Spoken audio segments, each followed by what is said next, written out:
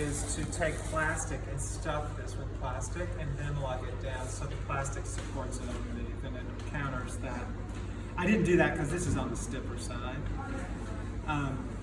Where you want your foot ring to be placed when you're trimming into this is where the form changes, like goes from vertical to horizontal, and that corner is where it does the most good structurally. So I made a mark where the rim meets the flat part of the plate, and it's right here. So, you know, I know I want to lower the center with a wider. I mean, this is a fairly large plate, but if you're making it even flatter, sometimes people choose to have 2 foot rings so that they just have support in a couple of places on that really flat horizontal surface that goes through so much movement in the shrinkage. So I don't think I really need that. So, you know, sometimes if I want to reduce the pressure of the tool to make this sag, I just need to find a corner. It's always a faster wheel and a slower hand to take ribbons and play away. So I'm using that corner so it removes material, it leaves that raised ring, but then I can come back and then take the top part off with the flatter part of my tool, and I'm just putting less pressure on the form this way.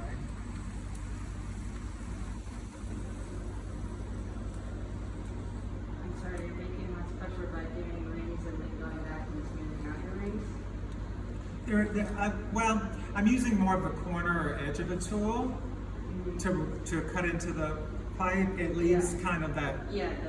And then, having done that, I can use more surface area and just take the top parts off. It just puts less pressure down on this flat form to do it that way versus start with that.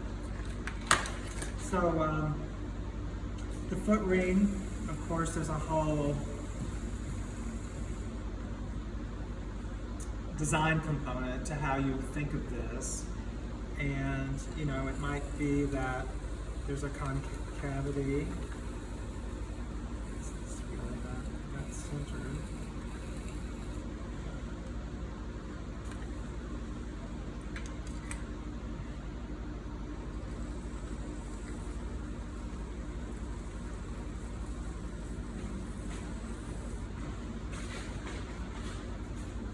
Like, I can't even get that flat. This? Yeah, that's what I screw it up every time. So you have to hold your right hand super, super still.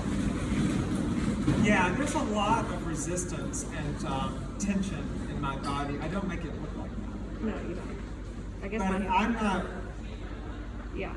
you know, I see people and I'm like, woo, you know, that's not going to give me the controlled removal that I'm looking for here. So it's great, just like when I'm throwing, you know, my body position's important, the alignment, the bracing is super important. So I've always got my elbows in somewhere. And then it's really, I have to be really braced to stay in control against this force, the 2 forces of the centrifugal force and the gravity. So, I don't think this was especially big, so I'm going to stop soon. There's a curve on the bottom here, so I'm acknowledging that with the cutting. So it's deeper here and higher here to acknowledge the shallow curve on the other side.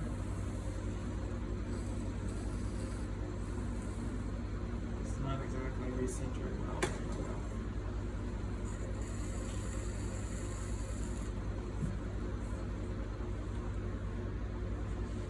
Okay.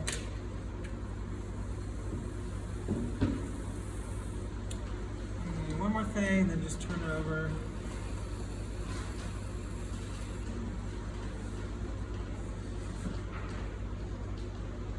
Sign it.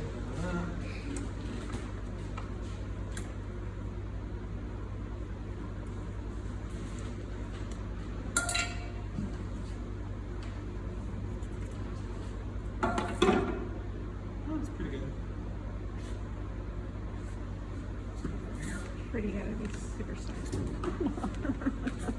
It's perfect.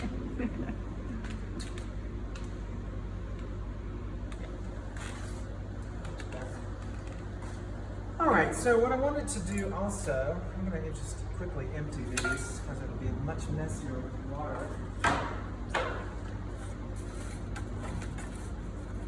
is I wanted to just talk a little bit about setting up a wheel project for a larger piece. And there are many ways to build using the wheel in a larger scale that helps you break it down into increments, so it makes it more doable.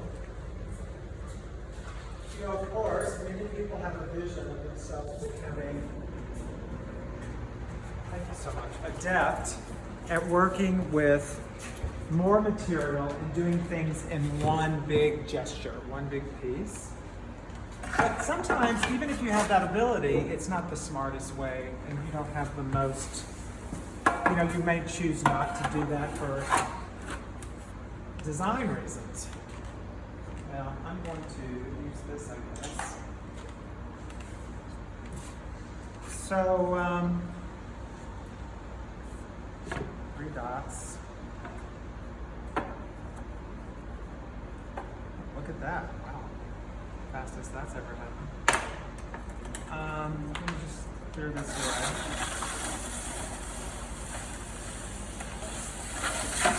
Oops, I guess it wasn't on.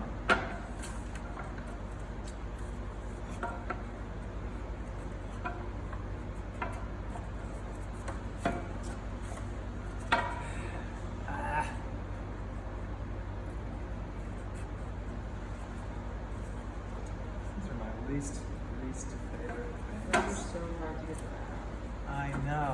I think that might really be good. So, I've got some, these are pretty stiff. Let's see. I got the mojo. So everybody has a different amount of material. This is a threshold of feeling like you have got more control over it for centering. Because centering is where it all starts, so you got to start there. And it's very physical, right? So I want to talk about ways to work with that, to step on what you can do and then add to it.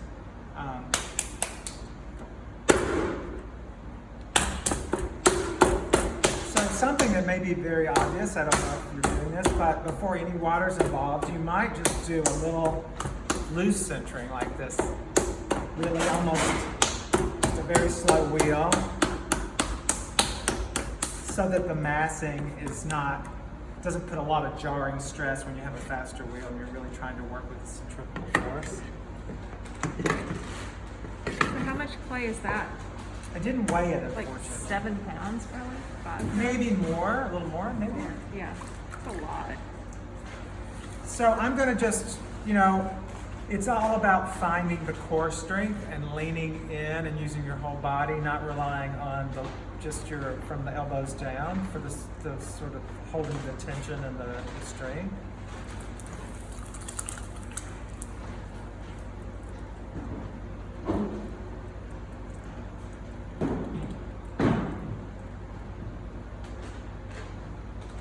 This clay is a little stiffer, so we missed that really soggy clay from the beginning of the semester, right? So what I'm doing is countering. I'm leaning in here to counter the forces, to lower it, and as this is doing that, this hand is pressing in and back.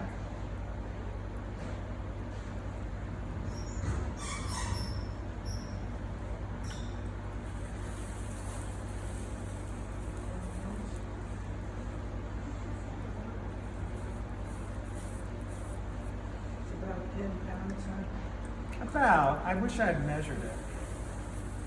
Looks like it.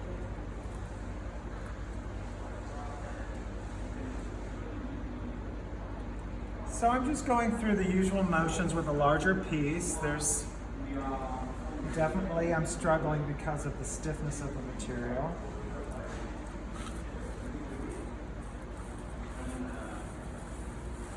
And you're using all your arm strength right I'm using my arm strength and I'm kind of trying to use there. Your weight. my weight, not just my arm strength.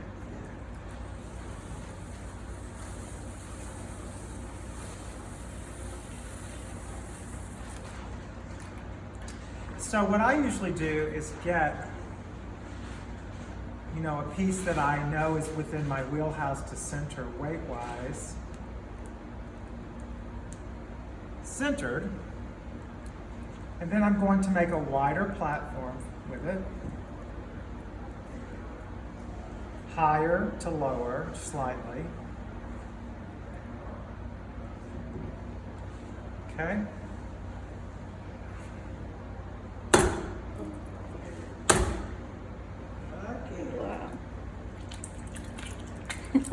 Wow. So you could have 2 pounds, 2 pounds, 2 pounds, 3 pounds. You know, you can just Yeah. break it down. Do you ever need a bigger wheel? Is that a thing? A bigger wheel? Yeah. The horsepower of the motor is a thing, Okay. but that usually doesn't show up until like 50 pounds of Yeah. material. You know, most wheels are designed to accommodate these Okay. amounts very easily.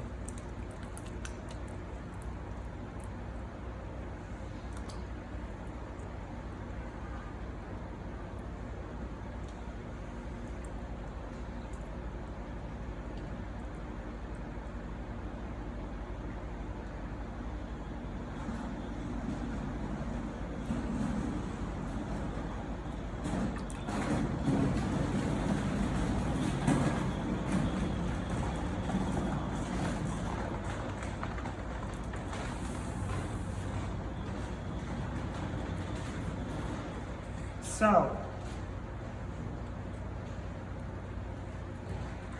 I'm going to make something, I guess, that's more like Heather's project. It's more like a crater form, a Greek crater form. So it'll have more of an amphora, kind of rounded base. There'll be something that's a separate section at the top. I'm not sure yet. Maybe it's narrower, maybe it's more open. And then a separate pedestal base, this throne. So it'll be very, I think, useful for you because your piece is Yeah. very similar. So, you know, you might want to think about, everyone should think about three aspects of their form: base, center, and top. Yeah.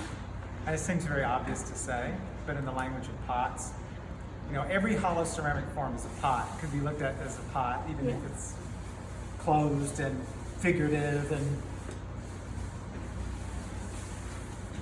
okay, so now that I have the mound proportion, I'm always very aware of. So mine is going to be rounded in the bottom, so I want to have the mound be able to accommodate almost like a bowl. And then I'm going to take that material and bring it up to start opening it up. My second section would be this part, almost like a bowl. And then I'll have a third section that sits on top of that, and then the pedestal bottom. So this is good. I could see this being about the right dimension. But if I were going to change this in anticipation of the proportion of the shape, I would do that now, obviously. I'd make the mound proportion. And the historic Greek method was coils.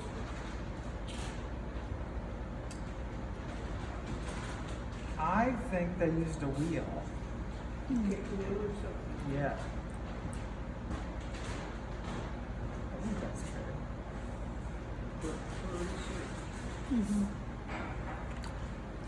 So I'm just going to go in. I'm dropping that hole. I do want to take a measurement. Oh, I didn't bring my needle tool. Does anybody have one nearby? Oh. Thank you. I think I brought it.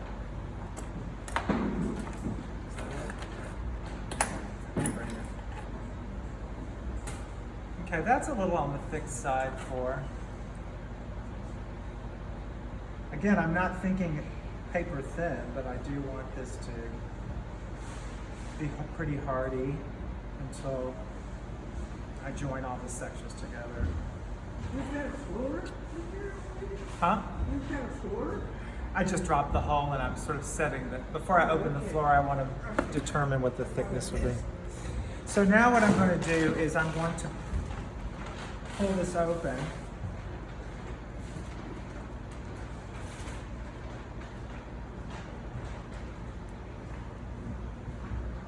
And as I'm pulling, I'm setting the curve in the base. So I'm starting lower and lifting and pulling to kind of start the curve encased in the mound.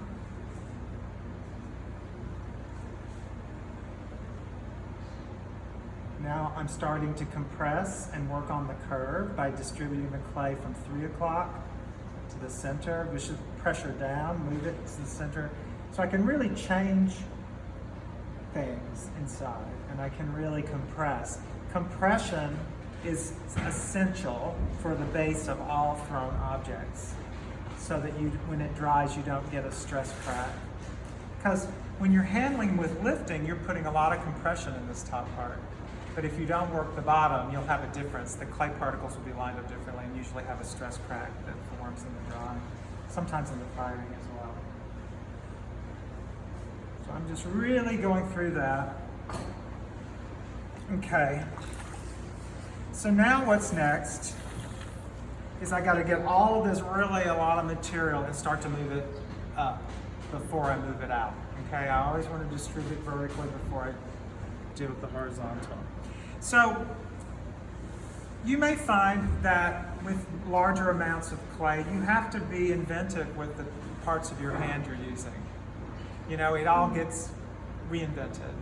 So for a smaller amount, I might have 2 fingertips of surface for this to be able to pinch and pull it and have that work out.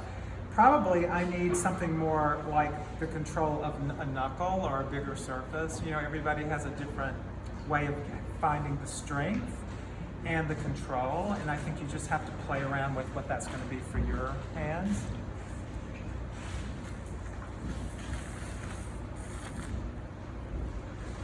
I try not to use too much water because I do not like getting messy, and because it doesn't help this if it's saturated with water.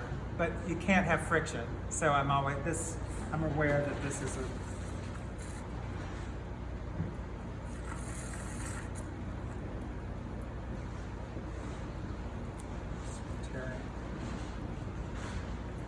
tearing a whole bunch off. I'm not sure why. I need more water, sorry.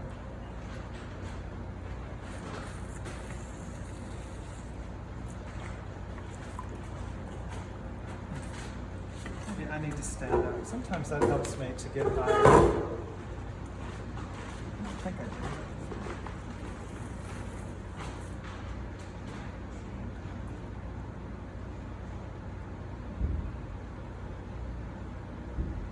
Really need to do this, but there's something, I think, in the time that my clay's been sitting there for our first conversation, a hard shell kind of, it's just weird. It's hard and then really soft, and so it's kind of threw me off a little bit. Do you see how you have like a little inlay or almost like a lifted foot already? Yeah. At the top? Why does that happen? Oh, that's just pressure. I brought it up and I didn't really continue the move to rectify that, but Okay. where's my sponge, my small sponge? Right. Oh, it's in here, thank you.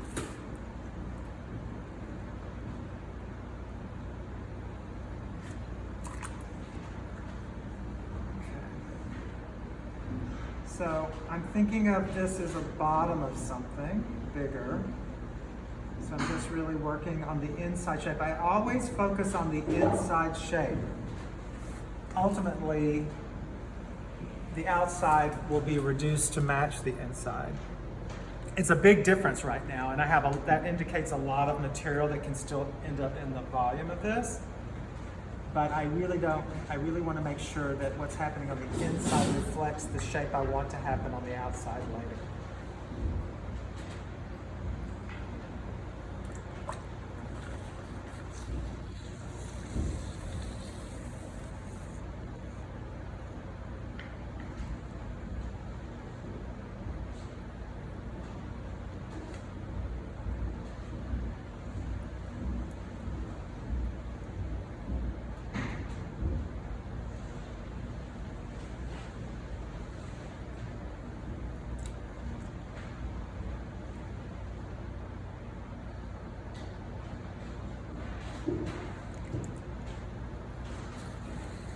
Okay, so I have a lot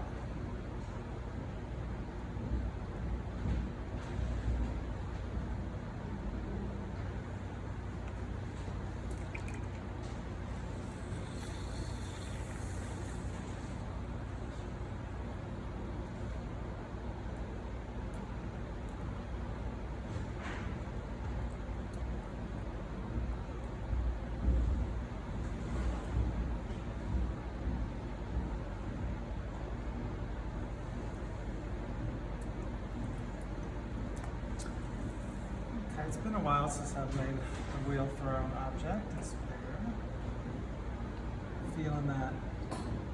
Oh yeah, oh yeah, I remember this.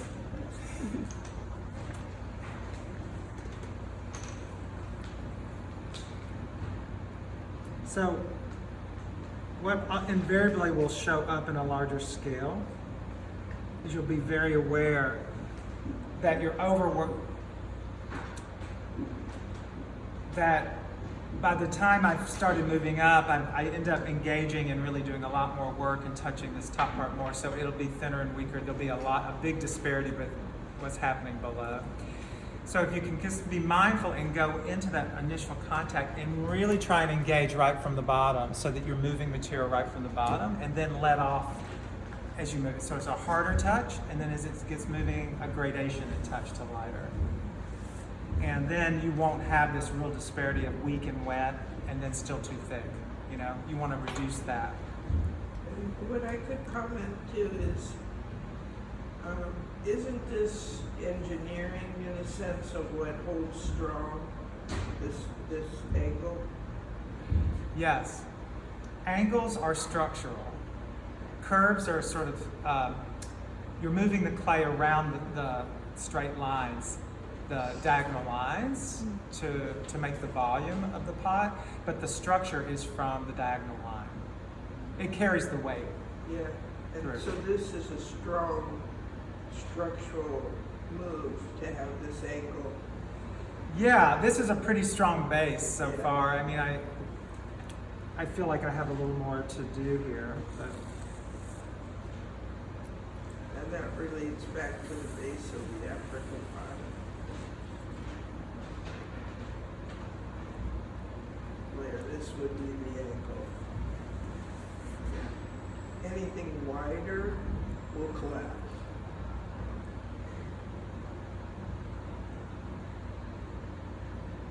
So in terms of the bottom, it's the angle that keeps it structurally sound.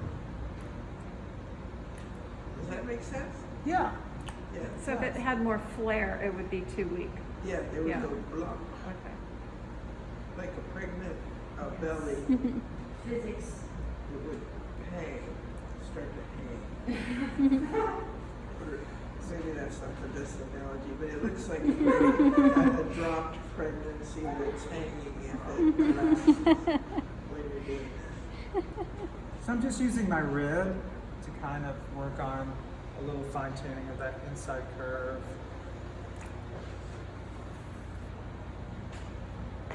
I might just, this is looking more like a moon jar in the making to me at the moment. So I'm going to go ahead and just let this is kind of not really what I had in mind, but I'm going to just let this be the base.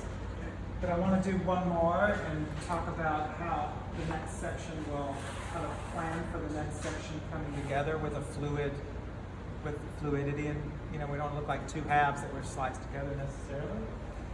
So, That's the key. could somebody grab me a bat? Huh? A plastic would be good.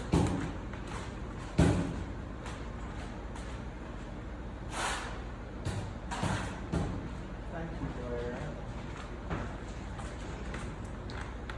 So, perfect.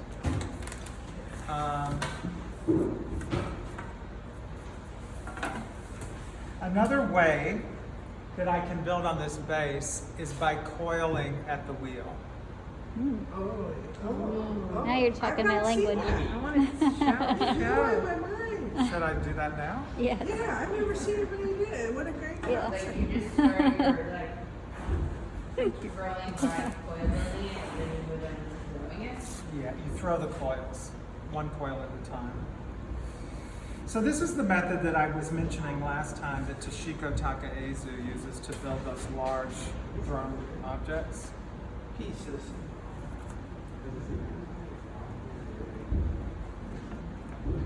So much potential. Right? Mind blowing. Okay. I'm so sorry to be struggling with this. That makes it look easy, but it's like the ultimate to do a big bowl. Yeah. There's no way I could have done that. I had 10 pounds was my glory, and then I quit. I was like, yeah, okay, I did what I wanted to do, and I'm ready to do other things. Centering 10 pounds is one thing. Being able to control it to get more volume and not have it be too heavy I made a before it's sweet too roll. saturated. Yeah, I feel like that's the hardest part, is like you can get a huge chunk of clay centered, but like then getting that clay evenly distributed and like having it nice. I don't know if I could just sit out and do it again, but Okay. that was my glory. So of course my hands are gooped up. What can we do? You want us to roll Paper out some coils? towels. No paper towels in the studio. That's unfortunate. I think we should get little mats. I might have. Stay. I might have. I just have to clean my head. Vicky, grab a sponge for me. Oh, I have one here. No, just grab another one. I just got to prep the coil, and my hands can't be this wet.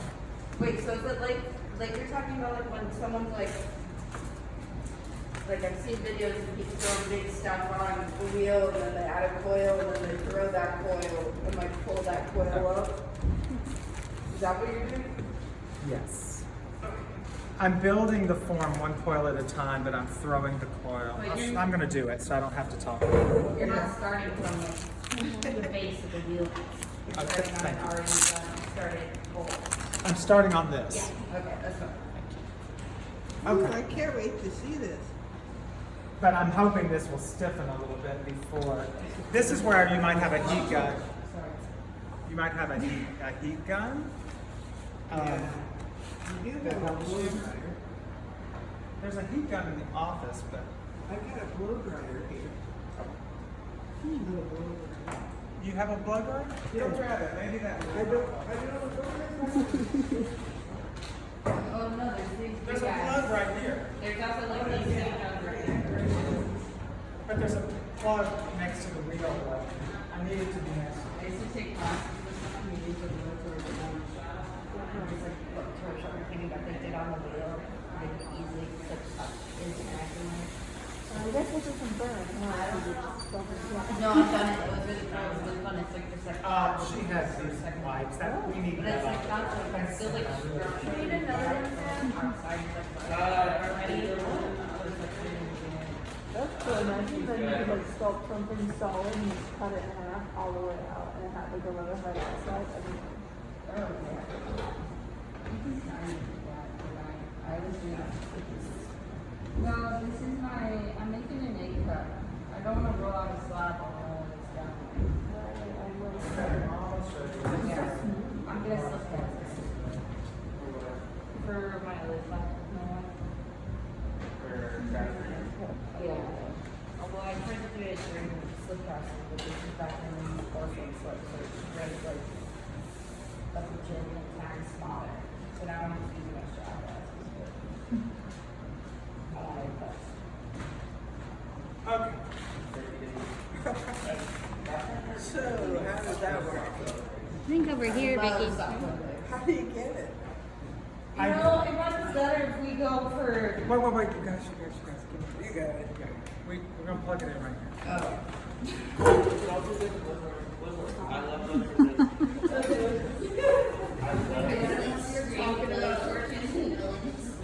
Vicky, I don't know if you're talking about how to get soft boiled eggs, but if that was what you're talking about, get an egg steamer. Oh, no. Vicky was talking about the. Oh, I was like, I thought you were like, you were.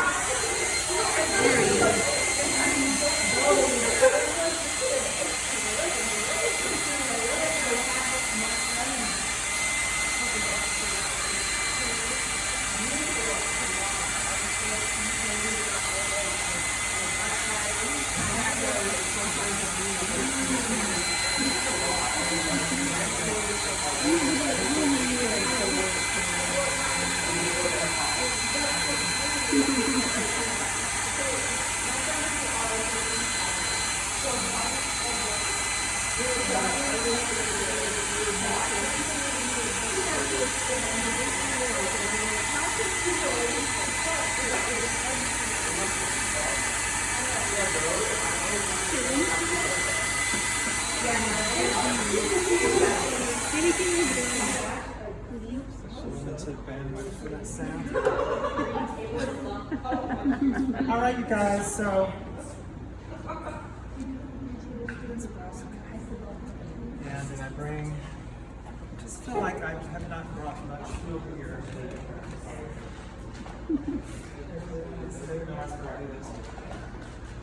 So now what I'm going to do, I roll out a coil, and the coil is rolled with evenness in mind, although it's not ever going to be really even like. With your hands, did you make it? I rolled it against the table. Yeah.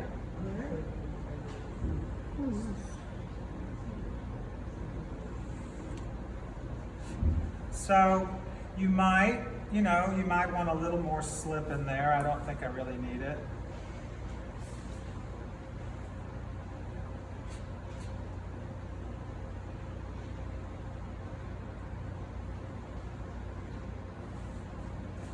Different from that handbill.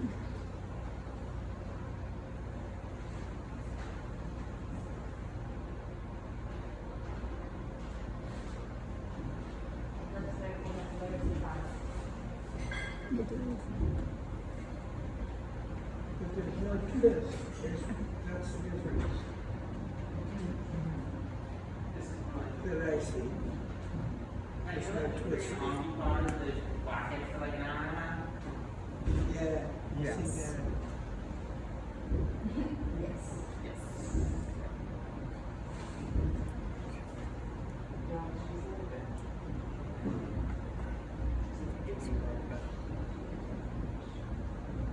Well, that's a nice fat progress right there. Okay, so Oh, okay. then I'm going to spend some time. With the plastic. Straight down. So this is where the technique of using your head to register off-centeredness. You ever seen, you've probably seen me do this. Yeah. And you will notice many potters from your, maybe, I don't know about the Africans that you're watching for relaxation, but I know a lot of Asian, let's say Korean and Japanese traditions. They're trained to use their head to register when the pot, when something is going off center. So you get in the rhythm of where it's off center so you can counterpoint it and put it back on center with your hands. So this is registering the asymmetrical bumping of off-centeredness, and this allows you to strategically put more pressure to correct it. Is it tied to some imperfection in centering? It could be, but things go off-center. If they start centered and then they go off, and there's a lot of movement around center, off-center in the realization of something in the throwing process. So just to look at it from different angles and get a rhythm? Well, you only experience it when there's centrifugal force. You will never know if it's, you need a turning to get the sense of it bumping that way. If you're just looking at it from a series of angles, you'll never And this experience it. relates to it because it just helps Okay, you. let me show you. We have something very off-center here, so we can actually talk about it. Because I just thought it was a habit. Yeah. Being able to like move your body with the play. Are you saying, does it relate to age? Like your experience on the wheel. Not like, oh, you're You have no idea what dangerous ground. I'll just be quiet. No, I'm just making a joke. So, I do believe that it is from experience, because it's something that you might normally do without understanding that people have done it before you. Historically, there's ways that potters use their head. You might just come at, because it's like, whenever you've wrestled to try and put something on center, you've done a version of this. Maybe you didn't use your head, but let me do the soundtrack that might help you, okay? Yeah. Bump, bump, bump, You got your fingers bump, measuring. stop. So in the rhythm of the bumping, I was able to anticipate when it was going to bump again and stop it just where the Right. But I'm not going to stop it because I want to work against the force. So here is the other soundtrack I want to share with you. This is almost as multisensory as Sam's project. Right? Bump, bump, bump, push. And then that's a correction. So where it was bumping now, it's been pushed back in, that one spot. And then it'll be less off-center the next time. So these series of microaggressions, This is not for the faint-hearted. It's kind of like tapping on center when you're feeling the. Oh my God, this is so advanced, yeah. So now what I'm going to do, I'm really conscious that this is still wet. This is actually stiff, not a good combo, but what I'm going to do is I'm trying to make more of an attachment before I can put the stress from lifting this coil.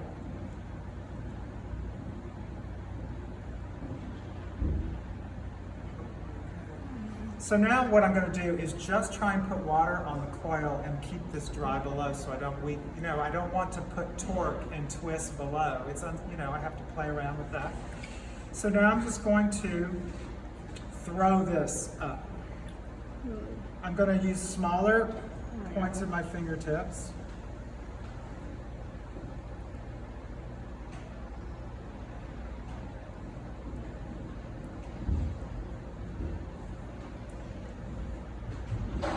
There's going to be all the unevenness of the coil is going to be right here.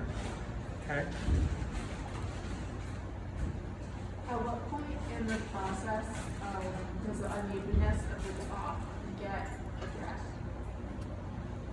In the best spirit of you being one step ahead of me in my demos always, is coming next. Gotcha.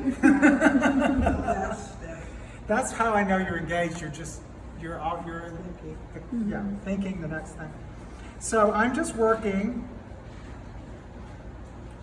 in ways that are compressive and dry.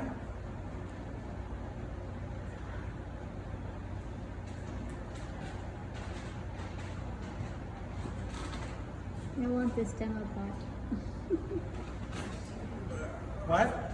I said I want this demo part. So at a certain point, this is still, you can see the unevenness that I'm dealing with too on the inside where the coil has been thrown against. So I might do a little work like that. But a coil being thrown has the energy that's different than this, and you might choose this for that reason, like Blair is choosing to leave texture. I leave that crap.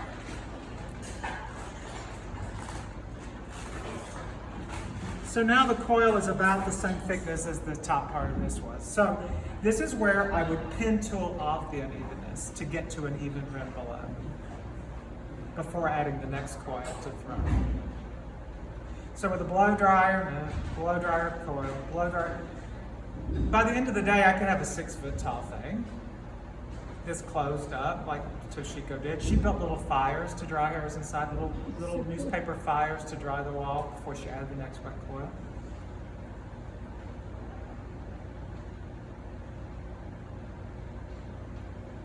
That would probably be frowned upon. I think Nate would love that. 6-footer. Yeah, there they. I made you take a fire.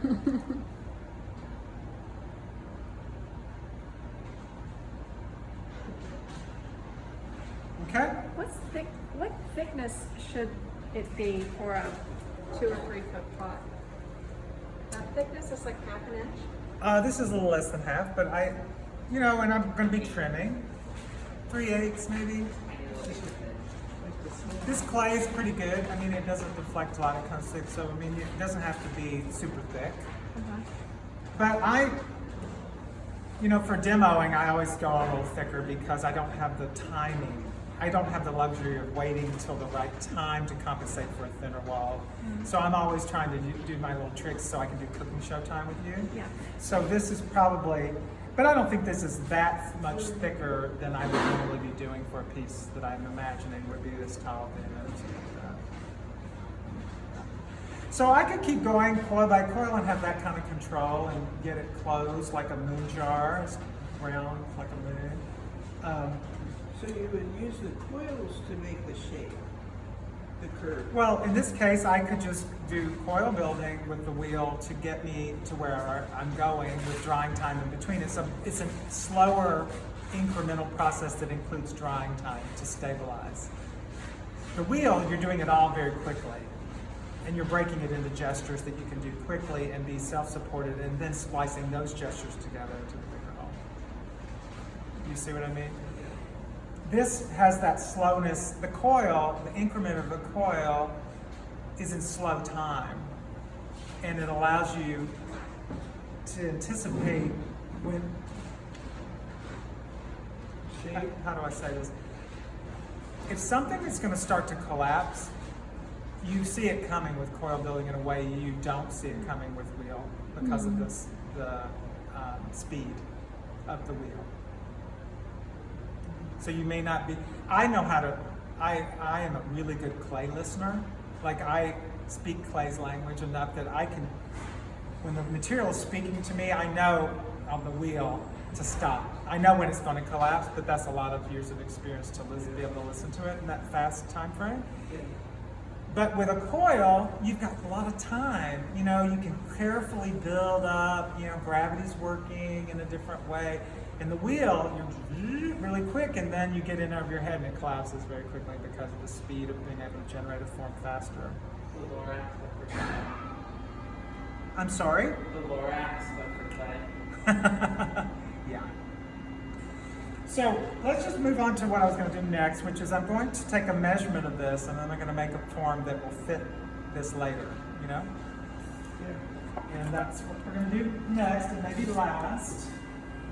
But the real secret to the strength of it, what Matt just built, is the angle, the structure of that angle back to the engineering of strength.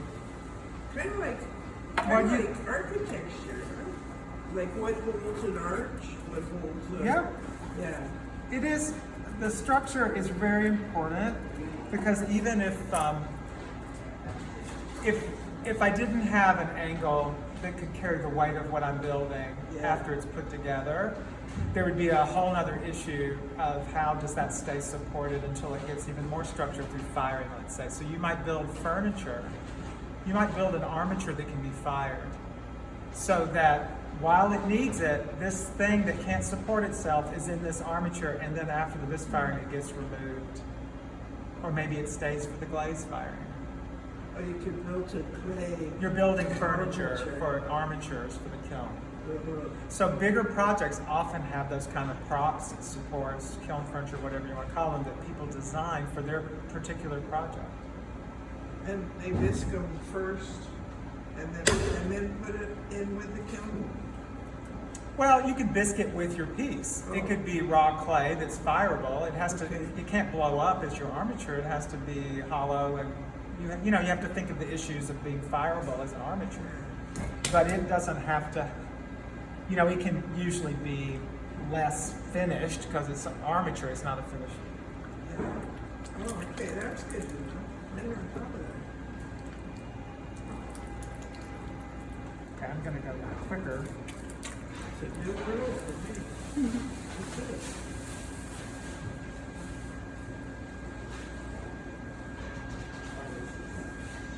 God, this clay's hard.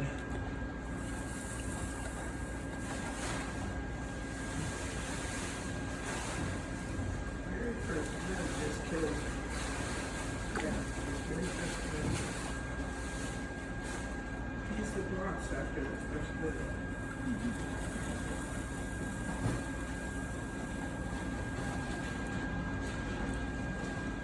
Okay, so I'm just gonna.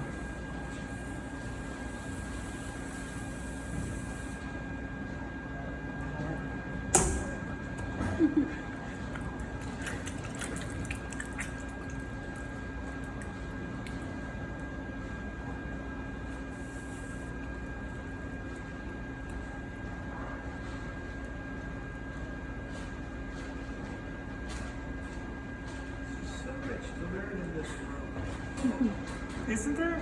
Yeah, it's just- There is not enough time in a single human lifetime for ceramics. We need 2 lives for it. Sam needs 4 or 5 even, I would say. We might give you a 5th. I need one for like each area of the world that's good at ceramics, and then like a final one to pull it together. Sam, you're so funny. And you think about it, like, Van Gogh was 37, I know. you know, it just,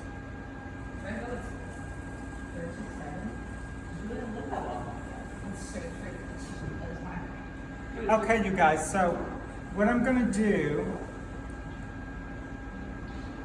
I'm going to make something that's kind of like the moon jar-ish. It's going to end up being like an ovoid shape, I think, when it's done, as this part of it. upside down. You're building upside down this time, right? No. You're building right side down and then flipping it. Yeah, that was my next point of conversation. So what I like to do is throw this section upside down, so it will look like. It's upside down when it's when it goes You on. can throw a ball. I'm throwing a ball so that I can keep it attached to the bat, and then I can wire it off and continue to throw the top after wiring it off onto the base. Ooh. Showy.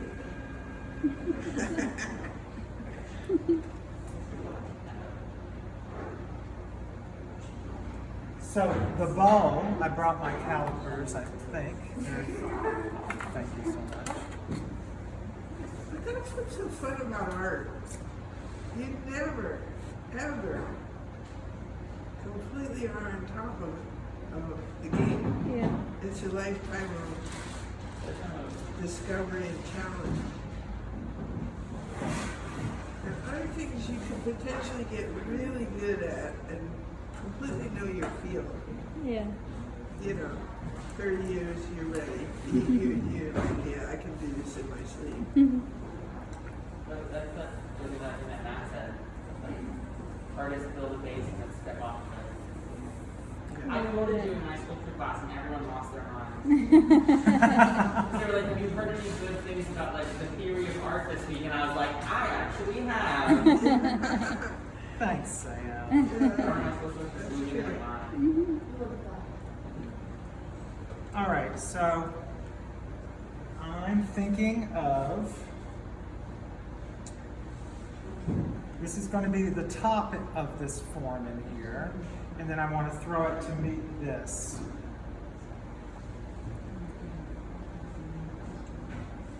So I need to make sure the mound can accommodate the breadth of what I want to do. Lower maybe. Oh, this clay's so stiff. Okay. Now I'm going to throw this. I'm not going to. I'm going to have a hole in the bottom.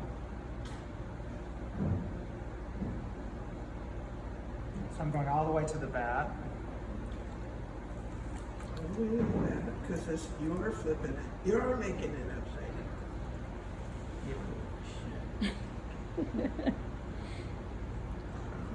Okay. We need GIFs and emojis to pop up in this Doesn't need a video. bottom would be a bad thing. I get it.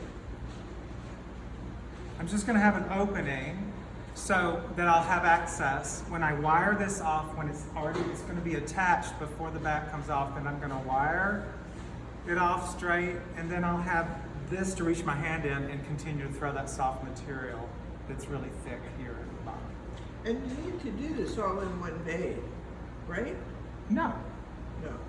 Okay, good. How do you deal with the conversation of bats always being not perfectly flat?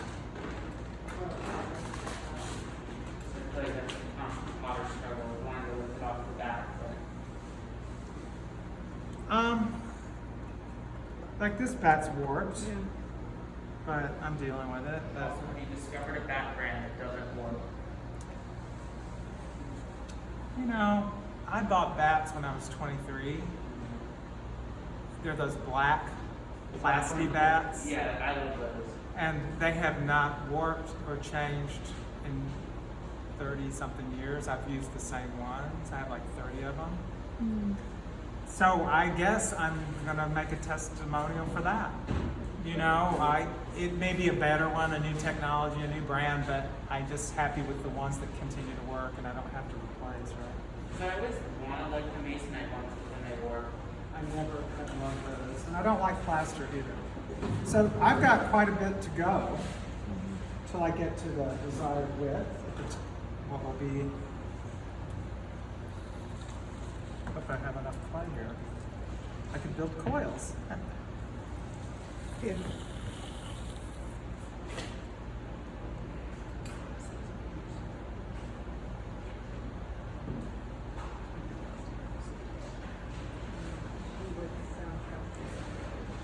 It's kind of, Don't use the brother of they go so. people in clubs from hockey.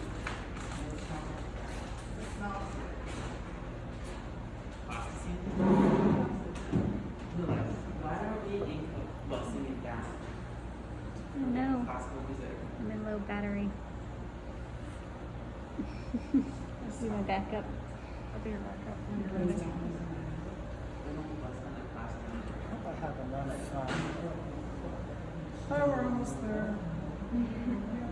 Just a little bit more.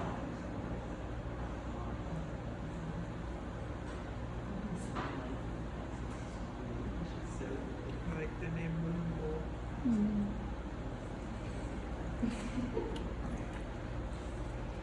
So I'm almost there. I'm just kind of.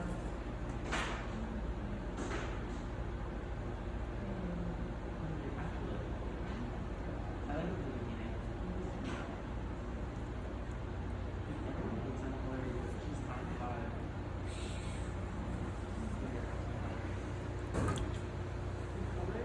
Just make sure. Registered. I have to do that for Okay. So now I've got the body. And then what would be next is I need to design something that would be a section that would be the top. You know, after I've manipulated this, I might want something that I could add as a third part to finish the piece. And then I've got to add a smaller bottom. It's separate, so I'm going to have 4 things to put together. And I guess the most interesting thing, I will maybe do one more demo because I think maybe the most interesting technically is the pedestal, the base, and the top can be a few things. So I'm just going to leave that in terms of the demo. I'm just going to take away oh, I should have left that attached. Well, it'll stay attached.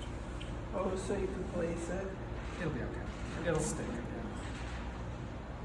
I think.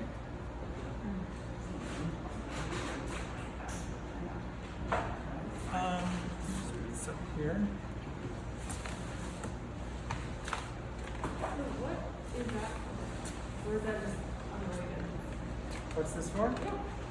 It was from a previous demo and I just did trimming. Oh, okay. I was like, is this a part of that pot? Yeah, that's for my spaghetti dinner That tonight.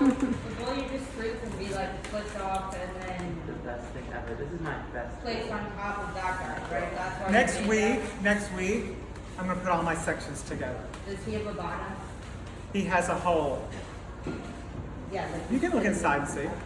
So what I'm gonna do next week is I'm gonna be able to take this and flip it over Right, and put him on. and put it on. I'm gonna score and slip it on. And then I'm gonna stabilize that seam and then it'll have enough structure that I can wire through upside down. I'm gonna wire the bat away and then I'll be able to throw. And so that's why you left Yeah. like Oh, so you're not this. gonna do that today? It's not dry enough. No, dry I out. think that it'd be better to protect it and try and do it next week. Okay, so it'll last until next week. Oh, Beautiful. so you're gonna throw the neck? That's the recording you're doing. I'm gonna throw some of With it on? this With it on? material with it attached to that. Oh, And then I'm gonna add to another piece to the altered thing. But the base will be thrown now? I wanted to go through how to think of a hollow base that looks like an ancient Greek base. I want to do that because I think